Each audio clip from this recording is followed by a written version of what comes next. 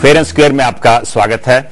इस साप्ताहिक प्रोग्राम में आज हमारे मेहमान हैं हिमाचल प्रदेश और भाजपा के युवा नेता अनुराग ठाकुर। वो हिमाचल प्रदेश के मुख्यमंत्री प्रेम कुमार धूमल के बेटे हैं और हमीरपुर से सांसद हैं। भारतीय जनता युवा मोर्चा के प्रधान होने के साथ साथ वे एक खेल प्रशासक हैं और हिमाचल क्रिकेट एसोसिएशन के अध्यक्ष भी हैं। धर्मशाला को दुनिया के क्रिकेट के नक्शे पर लाने का श्रेय इन्हीं को है। अनुराग ठाकुर, आपका फेयर एंड स्क्वायर में स्वागत है। अभी तक के शायद सबसे कम उम्र के हमारे आप मेहमान हैं। अनुराग, आप पंजाब रणजी टीम के मेंबर थे और स्पोर्ट्स में काफी एक्टिव थे, फिर आपने प्रोफेशनल क्रिकेटिंग कैरियर परस्यू क्यों नहीं किया? आपने पहला ही सवाल ऐसा पूछा जो सीधा दिल पर घात करता है। क्रिकेट पहला प्यार भी था और इच्छा थी कि देश के लिए खेलूं, लेकिन पारिवारिक जिम्मेदारियों के कारण पिताजी राजनीति में थे, दिल का दौरा पड़ा और उसके बाद उनको लगा कि बड़ा पुत्र होने के नाते मुझे पारिवारिक जिम्मेदारी संभालनी चाहिए और एक्सपोर्ट हाउस की शुरुआत की। लेकिन मैं आज याद करता हूं जो मेरे साथ खिलाड़ी खेलते थे और उस समय मेरा उनसे अच्छा प्रदर्शन होता था। आज वो भारतीय टीम के लिए खेले, बहुत अच्छे खिलाड़ी रहे, लेकिन जो भाग्य में लिखा है उससे ज्यादा कुछ नहीं मिलता। आप स्पोर्ट्स एडमिनिस्ट्रेटर, खेल प्रशासक भी हैं और साथ साथ पॉलिटिशियन भी हैं। इन दोनों रोल्स को में से किसको ज्यादा एंजॉय करते हैं आप? मुझे लगता है राजनीति में जब आप अच्छा काम कर रहे हो एक बहुत बड़ा प्लेटफॉर्म मिलता है कि आप हर क्षेत्र में काम कर सकते हैं, लेकिन कई बार राजनीति में ऐसा लगता है कि आपके ऊपर दबाव लगातार रोज का इतना रहता है क्योंकि आपको 15-16 घंटे रोज काम करना पड़ता है। तो क्रिकेट एक ऐसा खेल है जो आपके दिल से भी जुड़ा है, आप उसके विकास के लिए काम करना चाहते हैं, बाकी खिलाड़ियों के लिए अच्छा करना चाहते हैं, तो आपको कहीं ना कहीं वो ब्रेक भी देता है। दिन में मैं कम से कम 1 घंटा ऐसा निकालता हूं जहां पर मैं क्रिकेट से जुड़े हुए कार्य कर सकूं। और अब तो हिमाचल के साथ साथ भारतीय क्रिकेट की जिम्मेदारी भी है ज्वाइंट सेक्रेटरी के नाते, तो उसके लिए भी बहुत समय चाहिए। आप धर्मशाला में इंटरनेशनल क्रिकेट मैचेस लेके आए और हिमाचल में आप स्पोर्ट्स के लिए क्या करने वाले हैं? धर्मशाला स्टेडियम एक अंतर्राष्ट्रीय स्तर की पहचान दिलाई गई क्योंकि जब आईपीएल के मैचेस हुए तो एक सर्वे किया गया कि दुनिया का सबसे खूबसूरत स्टेडियम कौन है, तो 86% लोगों ने कहा धर्मशाला का स्टेडियम दुनिया का सबसे खूबसूरत स्टेडियम है। लेकिन मैं वहां रुकना नहीं चाहता था। मेरी मंशा ये है कि प्रदेश के हर जिला में अच्छी खेल सुविधाएं हो, वहां से खिलाड़ी निकले और देवभूमि हिमाचल प्रदेश को खेल भूमि हिमाचल प्रदेश के नाम से भी जाना जाए। तो हमने हर जिले में स्टेडियम बनाना शुरू किया है ताकि basketball, volleyball, kabaddi, judo, weight lifting, taekwondo, इन सब खेलों का वहां पर सुविधा हो। केवल क्रिकेट नहीं, बाकी खेलों का भी उत्थान हो। खिलाड़ी जितने ज्यादा निकलेंगे उतना ज्यादा अच्छा है। एक तो युवाओं का स्वास्थ्य ठीक रहता है, दूसरा जो ड्रग्स की ओर जा रही है आज की युवा पीढ़ी, जो एक तनाव झेल नहीं पाते, जो खिलाड़ी होता है वो जानता है कि किस तरह प्रेशर के अंडर भी अच्छा परफॉर्म करना है। और आप तो स्वयं खिलाड़ी रहे हैं, आपसे अच्छा इसको कौन जान सकता है। आपने हिमाचल को खेल भूमि बनाने की बात की, तो उसमें कोई एडवेंचर स्पोर्ट्स का भी रोल होगा? मैं पिछले कल ही मनाली से वापस आया हूं और वहां पर एल्पाइन प्रीमियम लीग, ये स्कीइंग की एक चैंपियनशिप शुरू की गई है। तो मैंने कल ही ये घोषणा की है कि जब हम खेल भूमि हिमाचल प्रदेश की बात करते हैं तो खेल भूमि बनाने के लिए केवल ट्रेडिशनल स्पोर्ट्स नहीं, केवल आपकी जूडो, ताइक्वांडो, ये सब खेले नहीं, इनसे हटकर जो एडवेंचर स्पोर्ट्स है उसमें टूरिज्म का बहुत पोटेंशियल है, नए खिलाड़ियों का आने का बहुत पोटेंशियल है। जैसे हम पैराग्लाइडिंग का प्री वर्ल्ड कप करवाते हैं जी, हम पैराग्लाइडिंग पूरे प्रदेश भर में करवाते हैं। इसी तरह हम चाहते हैं स्कीइंग, ल्यूज और रिवर राफ्टिंग, वाटर स्पोर्ट्स, इन सबको प्रमोशन दी जाए। तो मुझे लगता है जब एडवेंचर स्पोर्ट्स को और आगे ले जाने के लिए उपयुक्त समय आ गया है। आप शिमला के एनाडेल ग्राउंड को आर्मी से लेकर स्पोर्ट्स फैसिलिटी वहां पे डेवलप करना चाहते हैं, शायद वहां पे क्रिकेट स्टेडियम बनाना चाह रहे हैं आप, तो वो किस स्टेज पे है वो जो आप इनिशिएटिव ले रहे थे? मेरे दिल में भारतीय सेना के लिए बहुत जगह है और सैनिकों का मैं बहुत सम्मान करता हूं, लेकिन जो अनाडेल ग्राउंड है वो भारत सरकार को हिमाचल प्रदेश सरकार ने कई वर्ष पहले दी थी। उसकी लीज एक्सपायर हुए 30 वर्ष हो गए। वहां पर सेना से जुड़ी हुई कोई गतिविधि नहीं होती। वहां पर गोल्फ खेलते हैं कुछ सेना के अधिकारी, कुछ हमारे अधिकारी, लेकिन जो शिमला का युवा है वो ड्रग्स में पीड़ित है, उसको खेलने के लिए जगह नहीं मिलती। उसमें जो टैलेंट है प्रतिभा है उसको निखारने का मौका नहीं मिल पाता। तो वो एक सेंटर है जहां पर क्रिकेट नहीं बल्कि उसके साथ साथ बाकी खेलों के लिए इंटरनेशनल स्तर की सुविधा बनाई जाए। क्या लगता है कि आर्मी इसका विरोध क्यों कर रही है? मुझे लगता है आर्मी विरोध नहीं, कुछ गिने चुने अधिकारी इसका विरोध करते हैं।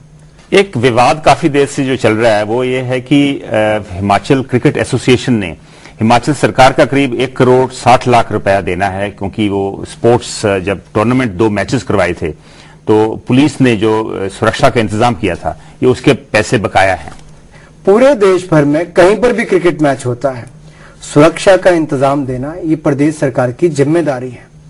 उनके लिए जो खाने की सुविधा होती है वो क्रिकेट संघ करवाता है, ये हम नहीं, ये सारी संस्थाएं पूरे देश भर में वही करवाती हैं। और जो स्टेडियम के अंदर सिक्योरिटी होती है, प्राइवेट सिक्योरिटी हम अपनी हायर करते हैं। तो ये कहना कि हमने सरकार का कोई पैसा देना वो सरासर गलत है। और ये केवल अपने मन से बना लेना कि इतने 100 लोग लगे थे तो उनका इतना खर्च आएगा। मैं पूछता हूं ये आंकड़ा दिया किसने? हमें कोई बिल रेज नहीं किया गया, हमें सरकार ने कभी नहीं कहा। क्या प्रदेश में प्रदेश में जो लाखों रुपए टैक्स आता है, हमने कभी कहा कि क्रिकेट की वजह से आपके यहाँ 50,000 लोग ज्यादा आए, आपको टैक्स आया तो आप क्रिकेट संघ को दीजिए? हमने तो नहीं कहा। प्रदेश को जो लाभ मिलता है आप उसको गिनकर देखिए। एक क्रिकेट मैच को 8 घंटे टीवी पर दिखाया जाता है। जब उसको दिखाया जाता है, हाइलाइट्स, टीवी, न्यूज सब में दिखाया जाता है, तो धर्मशाला का नाम बार बार आना, खूबसूरत पहाड़ दिखाना, आपके संस्थान को इंटरनेशनल महत्व मिलना 140 देशों में। लेकिन ये तो आपके राज्य के अधिकारी ही हैं जिन्होंने ये अमाउंट रेज किया है। किसी ने हमें कोई रेज नहीं किया, कोई हमें बिल रेज नहीं किया गया और ना ही कोई प्रदेश सरकार किसी संस्था को रेज करती है। क्रिकेट नहीं, बाकी भी खेलों के लिए, चाहे वो कॉमनवेल्थ हो या बाकी खेल हुए हो, कहीं पर कुछ नहीं हुआ। जी, आपका अनुराग जन्म एक सियासी परिवार में हुआ है और आपके पिता राज्य के मुख्यमंत्री हैं इस समय, तो आपको ये एडवांटेज लगती है या डिसएडवांटेज लगती है? दोनों ही है। एक लाभ भी है कि एक सिस्टम के अंदर आपकी पहचान अपने परिवार, अपने पिता के कारण भी है। लेकिन कुल मिलाकर जब आप राजनीति में आते हैं तो आपकी व्यक्तिगत उपलब्धियों के करके आपको चुनाव जीतना होता है, अपनी पार्टी की उपलब्धियों करके जीतना होता है। तो मुझे लगता है उसका जितना लाभ है, नुकसान ये है कि आप सत्ता में हैं, आपके पिता मुख्यमंत्री हैं, लोगों को लगता है जो ये कह देगा वो हो जाएगा, लेकिन वो संभव नहीं होता। लेकिन दूसरी बात मैं ये कहना चाहता हूं कि मैं कोई अभिमान नहीं है, मैं कोई ईगो की वजह से नहीं कह रहा, लेकिन मैं जब क्रिकेट खेलता था मैं तभी से मैंने मन में ये था कि जिंदगी में कुछ करूंगा तो अपने बलबूते पर करूंगा, अपने पिताजी का नाम इस्तेमाल नहीं करूंगा। 9वीं कक्षा से जब मैं 9th स्टैंडर्ड में था, मैंने अनुराग धूमल की बजाय अनुराग सिंह ठाकुर लिखना शुरू किया था कि लोगों को पता भी ना चले मैं किसका बेटा हूं। और मेरी अपनी पार्टी में और पूरे देश भर में अधिकतर लोगों को यह भी नहीं पता था कि मैं धूमल जी का पुत्र हूं। अपनी पार्टी के बड़े नेताओं को कईयों को नहीं पता था। लेकिन जब आप उनको अपने पिता को कोई सिफारिश करते हैं तो आपको ना भी कर देते हैं वो? बहुत बार जब उनको लगता है प्रदेश हित में नहीं है और लगता है कि इससे लोगों को या पार्टी को नुकसान हो सकता है, तो कई बार उनकी सलाह, और वो बड़े नेता हैं। अनुराग, आपने सियासत में आने का फैसला कब किया? जब आप कॉलेज में थे तो तब भी आप सियासत में हिस्सा लेते थे वहां? मैं सिर्फ चुनाव कैंपेन के समय पिताजी के लिए वोट मांगने या पार्टी के कार्यकर्ताओं के लिए, जो नेता बाकी लड़ते थे, उनके लिए वोट मांगने जाता था और घर घर जाकर वोट मांगता था। ये तो क्रिकेट एसोसिएशन में मैं जब क्रिकेट बहुत आगे बढ़ गई जी, कांग्रेस की सरकार आई, उन्होंने स्टेडियम पर कब्जा, एसोसिएशन पर कब्जा करने के लिए खेल कानून बना दिया, तब वो संघर्ष की एक यात्रा शुरू हुई, लड़ाई चली। हाई कोर्ट में हम जीते, बीसीसीआई में लड़ाई हम जीते, और कांग्रेस की सरकार 5 वर्षों तक प्रयास करती रही, लेकिन वो एसोसिएशन को नहीं हथिया पाई। और उस समय बाई इलेक्शन हिमाचल प्रदेश में आया, तो हमारी पार्टी को लगा ये चुनाव अनुराग जीत सकता है, ये उपयुक्त आदमी है। पार्टी ने टिकट दिया और लोगों का आशीर्वाद मिला, और पिछले जितना इतिहास हिमाचल का है उसमें रिकॉर्ड मतों से जीत मिली। ये भी लोगों का बहुत प्यार मिला है। जी, भारतीय युवा मोर्चा बनाने का क्या मकसद था आपका? भारतीय जनता युवा मोर्चा देश के युवाओं को भारतीय जनता पार्टी की सोच के साथ जोड़ने के लिए एक नया प्रयास है। आज देश में लगभग 65% युवा हैं और वो ये चाहते हैं कि कौन सी ऐसी पार्टी जो उनके हित के लिए काम करे, देश के विकास के लिए काम करे। मैंने पहला कार्यक्रम किया, कश्मीर में बहुत दंगे फसाद चल रहे थे जी, सैनिक घायल थे 2500 से ज्यादा, नौजवान मारे गए थे पथराव की घटनाओं में, मैंने कश्मीर के लिए एक यात्रा निकाली, कलकत्ता से कश्मीर तिरंगा यात्रा। डॉक्टर श्यामा प्रसाद मुखर्जी के जन्म दिवस के दिन जन्म स्थान से उनकी बलिदान भूमि तक के लिए उस यात्रा में राष्ट्रवाद को लेकर, कश्मीर के इशू को लेकर देश के लाखों नौजवान जुड़े और उस यात्रा में जम्मू कश्मीर मेरे साथ गए।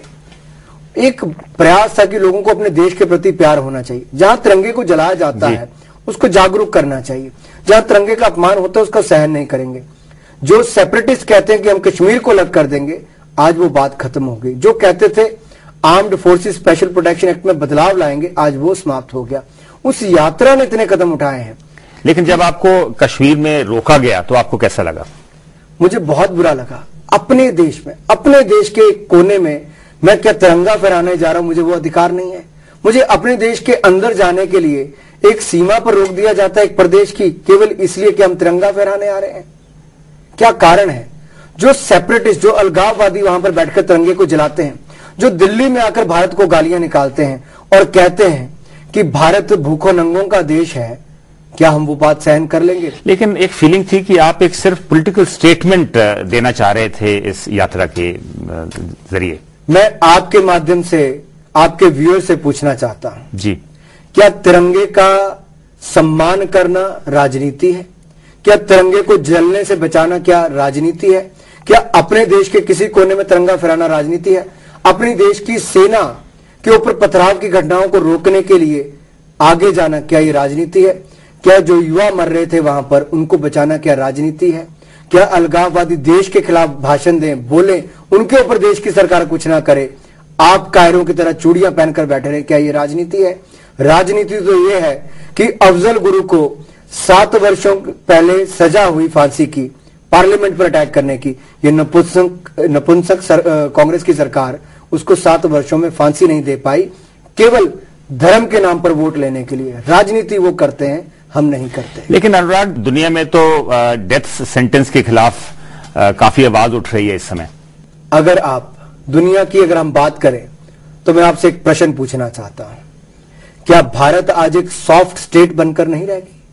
अमेरिका ने सन 2001 में हमला हुआ 9/11, उसका जो आरोपी था उसामा बिन लादेन, उसको 10 वर्षों के बाद भी पाकिस्तान के अंदर जाकर मारा, जहां पर वो फौजियों के घरों के बीच में। लेकिन अनुराग, आपकी सरकारी थी जो कंधार में उनसे सुलह करने गई थी। कौन था वो? मीडिया का प्रेशर था। लोग प्रधानमंत्री के घर के बाहर आकर बैठे थे, वो कहते थे हमारे बच्चों को बचाओ। क्या करते आप? क्या उनके जिनके नौजवान बच्चे हनीमून मनाने गए थे उनको मरने देते? मीडिया का प्रेशर, लोगों का प्रेशर।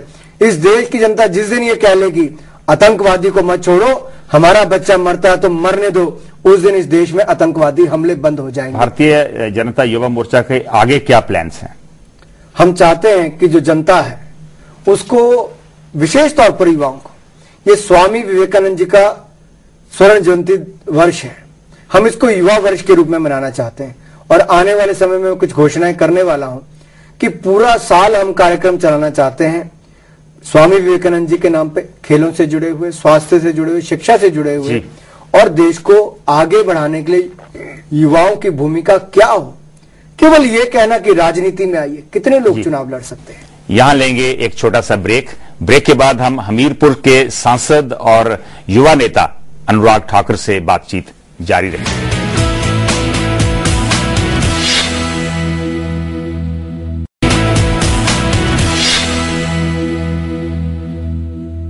ब्रेक के बाद आपका स्वागत है। हम बात कर रहे हैं भारतीय जनता युवा मोर्चा के अध्यक्ष अनुराग ठाकुर से। अनुराग, आप लगातार भ्रष्टाचार के खिलाफ आवाज उठाते रहे हैं, लेकिन हिमाचल में आप ही की पार्टी के ऊपर बड़े गंभीर आरोप लग रहे हैं भ्रष्टाचार के। पिछले कल ही निवेश के लिए सबसे अच्छे राज्य का पुरस्कार हिमाचल प्रदेश को मिला है। अगर करप्शन होती तो ये निवेश का पुरस्कार कैसे मिलता? लोग इन्वेस्टमेंट क्यों करते हैं? और ये पहली बार नहीं, दूसरी बार मिला है। और ये वो लोग हैं जो 4 वर्षों तक सत्ता में रहते हैं, 5वें वर्ष अपने स्वार्थ के लिए पार्टी के खिलाफ जाते हैं। यही 1998 की 2003 की सरकार में 2002 में भी शुरुआत हुई थी। लेकिन मैं आपको एक बात कह दूं, आज हिमाचल प्रदेश में एक भी व्यक्ति ऐसा नहीं है जो ये कह सके कि हिमाचल प्रदेश की सरकार ने हमारे लिए कुछ नहीं किया। मैं हर सभा में कम से कम 5 चीजें ऐसी गिनाता हूं जो हर परिवार के लिए हमने की है जी। कोई वर्ग ऐसा नहीं जो कहता कि हम सुखी नहीं है। और जो भ्रष्टाचार के आरोप लगाते हैं, मैं उनसे पूछना चाहता हूं, तथ्य दीजिए, क्या भ्रष्टाचार हुआ? हमारी सरकार ने उल्टा जो करप्शन में निचले स्तर पर भी इन्वॉल्व होते थे उनके खिलाफ विजिलेंस ने लगातार कार्य किए हैं। एक्सीएन, एसपी से लेकर निचले लेवल तक सब तरफ वो हुए हैं। लेकिन केवल ये कहना कि भ्रष्टाचार बड़ा, ऐसे आरोप लगा दीजिए, तो आज उसके मुझे लगता है जब तक आप सबूत ना दें और ये कहें कि यहां भ्रष्टाचार हुआ, तब तक उसका कोई पकड़ नहीं है। आप ही की कॉन्स्टिट्यूंसी के एक युवा नेता का नाम जो पल्सेस स्कैम उभर के आया है, उसमें आ रहा है। मुझे लगता है उसमें सरकार ने पहले भी स्पष्टीकरण दिया है और अब भी कहा है कि जिस तरह की जांच भी होगी हम करेंगे और जो भी उसमें दोषी होगा उस पर कार्रवाई करेंगे। लेकिन जांच से पहले कुछ कहना मुझे लगता है ये उपयुक्त नहीं होगा। आपने कहा कि भ्रष्टाचार के सबूत होने चाहिए, लेकिन बीजेपी के पुराने नेता महेश्वर सिंह जो आपकी पार्टी के साथ बड़े साल जुड़े रहे, वही कह रहे हैं कि यह सरकार बड़ी भ्रष्ट है। किसी नेता के कहने से कोई झूठ सच नहीं हो जाता। आप बार बार कह दें कि वो चोर है, वो चोर है, वो चोर है, लेकिन अगर आप ये ना कहें कि कहां चोरी की है, क्या किया है, तब तक कुछ नहीं होता। और बड़ी लंबी लिस्ट दे रहे हैं वो सबूतों की। मैं कहता हूं ये कांग्रेस ने भी कहा था, कांग्रेस ने भी आरोप लगाए। आज हर किसी के लिए आसान हो गया कि फलाने व्यक्ति ने ये भ्रष्टाचार कर दिया है। हम 4 वर्षों से कांग्रेस पार्टी को कह रहे हैं कि दीजिए सबूत, दीजिए सूची, करवाइए जांच, किसने भ्रष्टाचार किया है और वो तथ्य सामने आने चाहिए लोगों के। लोग भी समझदार हो गए हैं कि अमरिंदर सिंह जी ने पंजाब के चुनाव में 3700 करोड़ रुपए का बादल साहब के ऊपर आरोप लगा दिया। 5 वर्ष सत्ता में रहे, कुछ नहीं किया। हिमाचल प्रदेश में आए, झूठे आरोप लगाकर वहां चले गए, उसके बाद माफिया मांगते फिर रहे, कोर्ट केस में जा रहे हैं। तो केवल आरोप लगाने से काम नहीं चलने वाला। लोगों को पता है कि झूठे नेता आते हैं, झूठे आरोप लगाकर चले जाते हैं। ये कोई सीएजी की संस्था ने नहीं कहा, किसी सरकारी एजेंसी ने नहीं कहा, कोई जांच पूरी नहीं हुई। एक व्यक्ति उठकर कह दे कि आप चोर हैं, तो क्या आप मान लेंगे? लेकिन 2 केसेस में, होटल डेस्टिनेशन और बेंटनी कासल डील में, आपके विरोधी कांग्रेस और सीपीएम के नेता कह रहे हैं कि आपका नाम भी बेनामी तौर पे जुड़ा हुआ है। मैं तो ये हंसता हूं कि हिमाचल प्रदेश की जितनी प्रॉपर्टीज हैं उन सब के साथ मेरा नाम जुड़ा हुआ है। मैंने तो होटल देखा तक नहीं था। जब मैंने भी लोगों से अफवाह सुनी तो एक बार मैं शिमला से वापस जा रहा था, मैं जगह क्रॉस कर गया। मैंने कहा यार सुना था इसी रास्ते में कहीं आती, कहां पर आती है? तो वहां से वापस आए तो मैंने आकर देखा कि अच्छा ये इस होटल को मेरे नाम पर कहते हैं। ये होटल पसंद आया? मैंने दूर से ही देखा, मैंने सड़क से खड़े होकर देखा है। तो मैं इसलिए मैं कल भी किसी को हंस रहा था कि जब आप सत्ता में आते हो तो हर चीज ये कहते हैं कि आप इसके मालिक हो गए हो, लेकिन सच्चाई क्या है ये लोग भी जानते हैं। केवल ये कहना कि इस व्यक्ति के नाम पर ये होटल हो गया, ये जमीन हो गई, मेरे नाम पर जो जमीन होगी वो मेरे नाम पर ही है, मुझे बेनामी लेने की ना कोई आवश्यकता है। और इन झूठे आरोपों को लोग पिछले 5-10 वर्षों में अच्छा जान चुके हैं। आपको क्या लगता है कि महेश्वर सिंह की जो हिमाचल लोकहित पार्टी है वो बीजेपी का कितना नुकसान करेगी? लोगों जब लोकहित पार्टी बनाई है तो मैं हिमाचल प्रदेश के लोगों के ऊपर छोड़ता हूं। अगर उनको लगता है कि भारतीय जनता पार्टी की सरकार ने इन 4 वर्षों में जो उनसे वायदे किए थे वो भी पूरे किए और जो वायदे नहीं किए थे हमने उनसे भी आगे बढ़कर काम किया है। हम अपने काम को लेकर, अपनी साफ छवि को लेकर, प्रदेश सरकार ने जो हिमाचल प्रदेश को नंबर 1 राज्य बनाया है, 54 अवार्ड्स, 54 अवार्ड्स जो पिछले 4 वर्षों में मिले हैं वो किसी प्रदेश को नहीं मिले। इसलिए मैं कहना चाहता अपनी उपलब्धियों को लेकर, अपने काम को लेकर हम जनता के बीच में जाएंगे। केवल लोकहित पार्टी नाम रखने से लोगों के हित नहीं होते, काम करने से होते। लेकिन आपकी जो बीजेपी की नेशनल लीडरशिप है वो काफी वरीड है, इसकी जो क्राइसिस बीजेपी के बीच में ऐसे लग रहा है कि बढ़ रहा है और उन्होंने डैमेज कंट्रोल एक्सरसाइज शुरू की है। ये हर पार्टी को करना पड़ता है। आपके परिवार में से कोई सदस्य जाए, आप भी प्रयास करते हैं कि अपने परिवार के साथ जुड़े रहें, लेकिन आप बंदूक सिर पर रखकर कहें कि आपको पार्टी के अंदर रहना है या बाहर जाना है तो वो अलग बात है। लेकिन कोई भी नहीं चाहता कि परिवार का कोई सदस्य बाहर जाए। हम भी नहीं चाहते कि जो लोग पार्टी से बाहर गए वो जाएं, लेकिन जिस तरह से गए वो दुर्भाग्यपूर्ण है और मुझे लगता है वो पार्टी के जो कर्मठ कार्यकर्ता हैं वो कभी ऐसा नहीं करते। तो आपको लगता है कि महेश्वर सिंह और उनके साथ जो बाहर गए हैं उनको वापस भी लिया जा सकता है पार्टी में? ये पार्टी के शीर्ष नेताओं को निर्णय लेना है, हाईकमान को डिसीजन लेना है। लेकिन मैं केवल इतना कहना चाहता हूं, हमारी पार्टी ने जब सत्ता में आई तो लोगों के लिए काम किया है, किसी व्यक्ति के लिए काम नहीं किया, किसी नेता के लिए काम नहीं किया। और सत्ता में आने से हर कोई सुखी या हर कोई खुश भी नहीं रहता, कुछ लोगों की नाराजगी होगी, लेकिन नाराजगी, अपनी नाराजगी को आप पार्टी की नाराजगी कहें तो मुझे लगता है वो दुर्भाग्यपूर्ण है। आप एक सांसद हैं, आने वाले विधानसभा चुनाव में आप कैसी भूमिका निभाएंगे?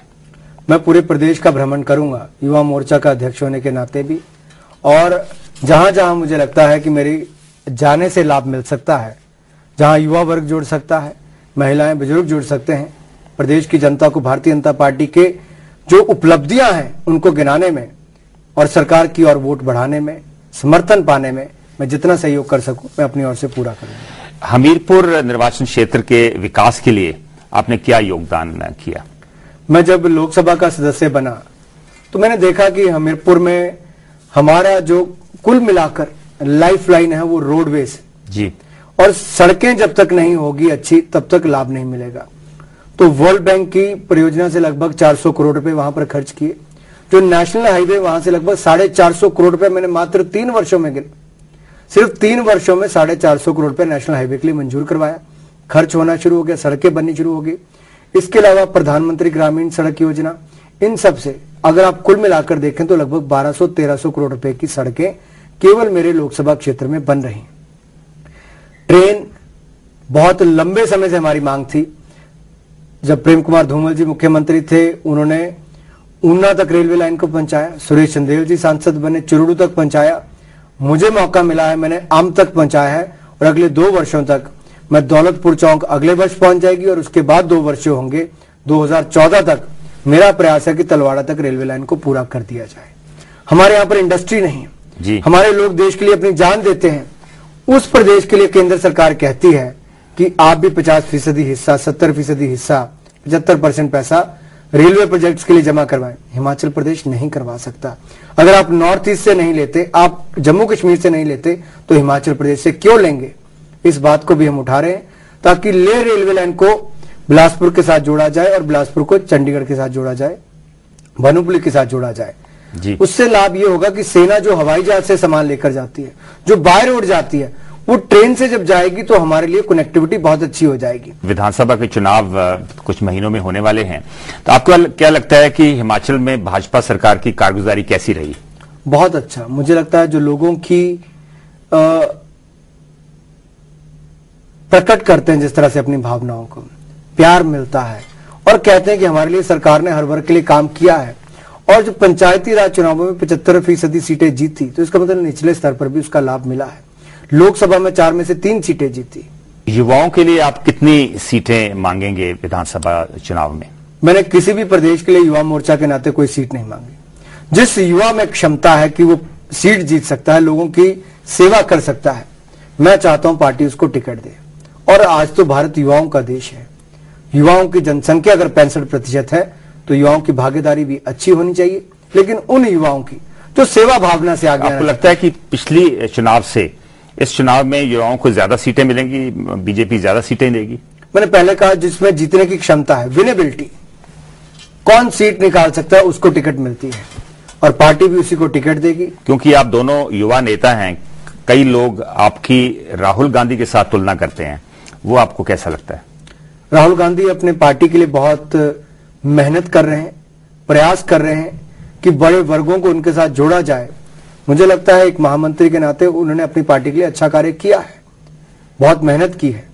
और मुझे जब मौका मिला तो मैंने भी भारतीय जनता युवा मोर्चा के नाते ज्यादा युवाओं को भारतीय जनता पार्टी का जोड़ने का प्रयास किया है, और ये कहने का प्रयास किया है कि झोंपड़ी में जाना अच्छी बात है, किसी गरीब के घर रोटी खाना अच्छी बात है, लेकिन जब आप सत्ता में हैं तब आप केवल रोटी खाकर गुजारा नहीं कर सकते, उनके लिए 2 वक्त की रोटी का इंतजाम करना, यह भी राहुल गांधी जी की सरकार का जिम्मेदारी है। वो आज मन अपना ये नहीं कह सकते जिम्मेदारी से हटकर कि ये मेरा काम नहीं।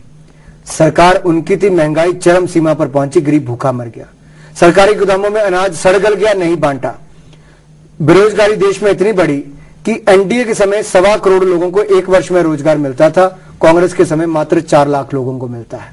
हमने 6.25 करोड़ लोगों को 5 वर्ष में नौकरियां दी, राहुल गांधी जी की सरकार ने 20 लाख लोगों को दी है। ये अंतर है। हमारे समय 13 किलोमीटर सड़क एक दिन में बनती थी, नेशनल हाईवे। इनकी सरकार के समय 4.5 किलोमीटर बनती है। ये अंतर है भाजपा में और कांग्रेस में। हम विकास करते हैं, केवल दिखावे के लिए किसी के घर नहीं जाते, धर्म के नाम पर वोट, जाति के नाम पर वोट। अनुराग, पिछले कई महीनों से भ्रष्टाचार की काफी बात हो रही थी। आपको क्या लगता है कि ये 5 राज्यों में जो चुनाव हो रहे हैं उसमें ये मुद्दा क्यों नहीं बना? मुझे लगता है जब धार्मिक आरक्षण की हम बात करते हैं, जब देश को बांटने की एक बात कांग्रेस ने फिर शुरू कर दी, तो दुर्भाग्यपूर्ण है। आप कहते कि मेरी 7 वर्ष सरकार हुई, प्रधानमंत्री जी जाते इन राज्यों में सीना ठोक कर कहते उत्तर प्रदेश में कि मेरी सरकार ने उत्तर प्रदेश के लिए ये किया है, मेरी सरकार ने देश के लोगों के लिए ये किया है। वो नहीं कह पाए, किया कुछ नहीं। पंजाब में भी आकर नहीं कह पाए कि मैंने पंजाब के लिए ये किया है। बाटला हाउस कांड में जो आतंकवादी मारे गए, उनके लिए क्या कहते हैं कि ये फर्जी मुठभेड़ थी। केवल मुस्लिम समुदाय का वोट धार्मिक आरक्षण के नाम पर, मजहब के नाम पर, जिहाद के नाम पर, और गलत फर्जी मुठभेड़ कहकर यह कहना। 7 वर्ष से इनकी सरकार केंद्र में है, प्रदेश में, दिल्ली में इनकी सरकार है, क्यों नहीं जांच की गई? कहते सोनिया गांधी जी की आंखों में आंसू आ गए। सोनिया गांधी जी, आंसू पहुंचिए, बताइए। लेकिन अनुराग, आपकी पार्टी ने भी तो ये मुद्दा नहीं बनाया, चुनावी मुद्दा नहीं बनाया। भ्रष्टाचार जी निश्चित तौर पर बनाया है। महंगाई, भ्रष्टाचार, दोनों बड़े मुद्दे हम आम लोगों के बीच में लेकर गए हैं। लेकिन जब पंजाब की बात करते हैं तो यहां तो भ्रष्टाचार अकाली भाजपा सरकार के खिलाफ जाता है ना? नहीं जाता। ये तो मैं कहना चाहता हूं, प्रो गवर्नमेंट जो वोट इस बार आई है, मैंने पंजाब में 30 वर्ष गुजारे हैं। आज जलंधर में एंटर करके देखिए, लुधियाना में एंटर करके देखिए, अमृतसर में करके देखिए, शहरों में जो बदलाव आया है, गांव में जाकर देखिए, पक्की सड़कें। मैं जाता हूं उत्तर प्रदेश भी, मैं जाता हूं देश के बाकी हिस्सों में भी, सड़कें टूटी फूटी पड़ी हैं, नेशनल हाईवे टूटे फूटे पड़े। पंजाब ने तो वो तरक्की की है। जलंधर और लुधियाना की बात की, काफी क्यास है अभी भी उन शहरों में। नहीं, बिल्कुल नहीं। 5 वर्षों में 6 फ्लाईओवर केवल जलंधर में बनकर तैयार हुए हैं। रिकॉर्ड, एक तो 1 वर्ष में बना बीएमसी चौक वाला। लुधियाना में ऐसी स्थिति है। ये गांव शहर में दोनों में बहुत अच्छा कार्य करके, इसीलिए इस सरकार के खिलाफ कोई मुद्दा नहीं बन पाया। आपको क्या लगता है कि आने वाली विधानसभा चुनाव में हिमाचल में भाजपा को पहले से ज्यादा सीटें मिलेंगी? निश्चित तौर पर। अगर पिछली बार हमने अपने बलबूते पर सरकार बनाई थी 45 से ज्यादा सीटें जीतकर, तो निश्चित तौर पर इस बार हम उससे ज्यादा सीटें लेकर आएंगे। क्योंकि जैसा मैंने पहले कहा, हर वर्ग के लिए, किसान, दलित, गरीब मजदूर, इंडस्ट्रियलिस्ट, महिला, इन सबके लिए किया है। कोई परिवार ये नहीं कह सकता कि ये 5 चीजें मेरे लिए नहीं की। कम से कम 5 चीजें हर परिवार के लिए की, तो हमारी सरकार ने की है। जी अनुराग, बहुत धन्यवाद हमारे स्टूडियो में आने के लिए और हमसे बात करने के लिए। Thank you. तो ये थे हमीरपुर के सांसद और युवा नेता अनुराग ठाकुर। क्योंकि वो एक जाने माने सियासी परिवार से हैं और बहुत कम उम्र के हैं, जाहिर है कि उनका सियासत में और खेल जगत में भविष्य काफी अच्छा है। इसी के साथ हम आज का फेयर एंड स्क्वेयर शो खत्म करते हैं। धन्यवाद।